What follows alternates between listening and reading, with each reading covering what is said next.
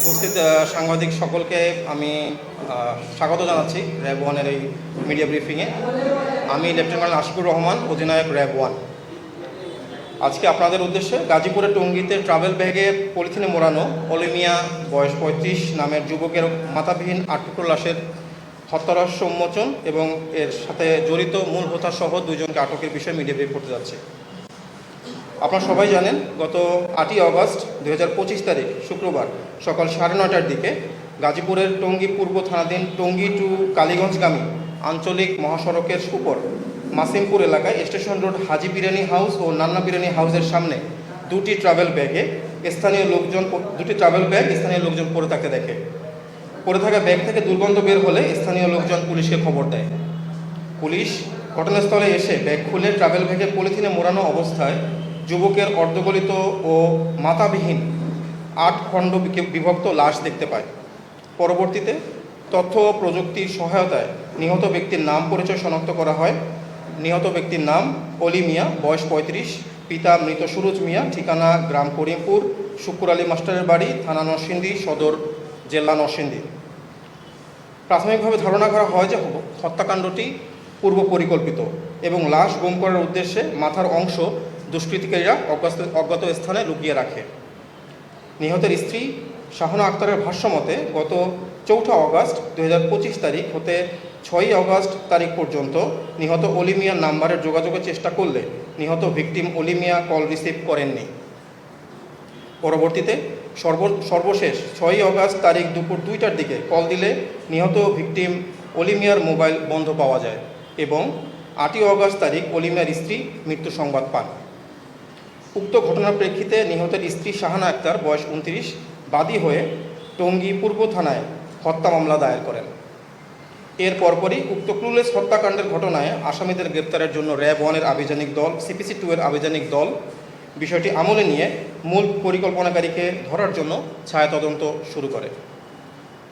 এরই ধারাবাহিকতায় 9 আগস্ট 2025 তারিখ র্যাব 1 উত্তরা ঢাকা আভিযানিক দল গোপন সংবাদের ভিত্তিতে জানতে পারে যে টঙ্গী পূর্ব থানার মামলা নং 12 তারিখ 9 আগস্ট 2025 ধারা 302, 201/34 পেনাল কোডের ক্লুলেস হত্যাকাণ্ডের ঘটনার মূল হোতা আসামি 1 আপেল মাহমুদ সাদেক, বয়স 42, পিতা মোহাম্মদ আব্দুল মোতালেব, মাতা নার্গিস আক্তার, গ্রাম করিমপুর, থানা নরসিংদী সদর, জেলা নরসিংদী। আসামি 2 সাজ্জাদ হোসেন রনি, বয়স 25, পিতা মজনু মিয়া, গ্রাম করিমপুর, 1 নং ওয়ার্ড মোতালেব মিয়ার বাড়ি, পোস্ট করিমপুর, থানা নরসিংদী সদর, জেলা নরসিংদী। এবং আসামি 3 শাওন বেগম, বয়স 32, স্বামী আপেল মাহমুদ সাদেক, গ্রাম করিমপুর, পোস্ট করিমপুর, থানা নরসিংদী সদর, জেলা নরসিংদীগণ চট্টগ্রাম জেলার সীতাকুণ্ড থানাধীন জঙ্গল সালিমপুর এলাকায় অবস্থান করছে। উক্ত গোপন সংবাদের ভিত্তিতে র্যাব 1 উত্তরা ঢাকা এবং র্যাব 7 চট্টগ্রামের যৌথ আভিযানিক দল বর্ণিত স্থানে অভিযান পরিচালনা করে 1 তারিখ আনুমানিক দুপুর 14:30 ঘটিকায় সময় উক্ত আসামিদেরকে গ্রেপ্তার করে। প্রাথমিক জিজ্ঞাসাবাদে ক্লুলেস মার্ডার মামলার মূল হোতা আপেল মাহমুদ সাদেক নিহত অলি মিয়াকে হত্যার বিষয়টি স্বীকার করে। গ্রেপ্তারকৃত আসামিদের নিকট হতে 3টি মোবাইল ফোন, 3টি সিম কার্ড, নগদ 150 টাকা উদ্ধার করা হয়। উল্লেখ্য যে মামলার মূল হোতা আপেল মাহমুদ সাদেকের নামে ঢাকা রেলওয়ে থানায় মামলা আছে।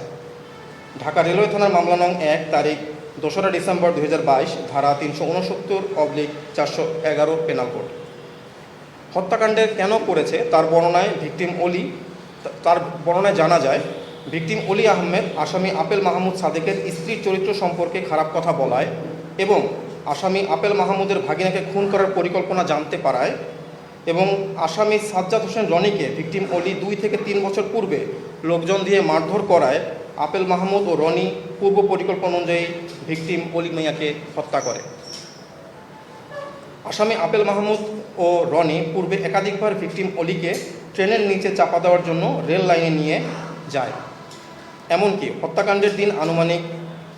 হত্যাকাণ্ডের দিন অনুমান 6 আগস্ট 2025 তারিখ সকাল 5:30-এর দিকে ভিকটিম অলিকে হত্যার জন্য আসামি আপেল মাহমুদ ও রনি রেল লাইনের উপরে নিয়ে যায়। পরবর্তীতে ওই সময় ট্রেন না আসায় অলি, আপেল, রনি আবার আপেলের বাসায় ফেরত চলে আসে।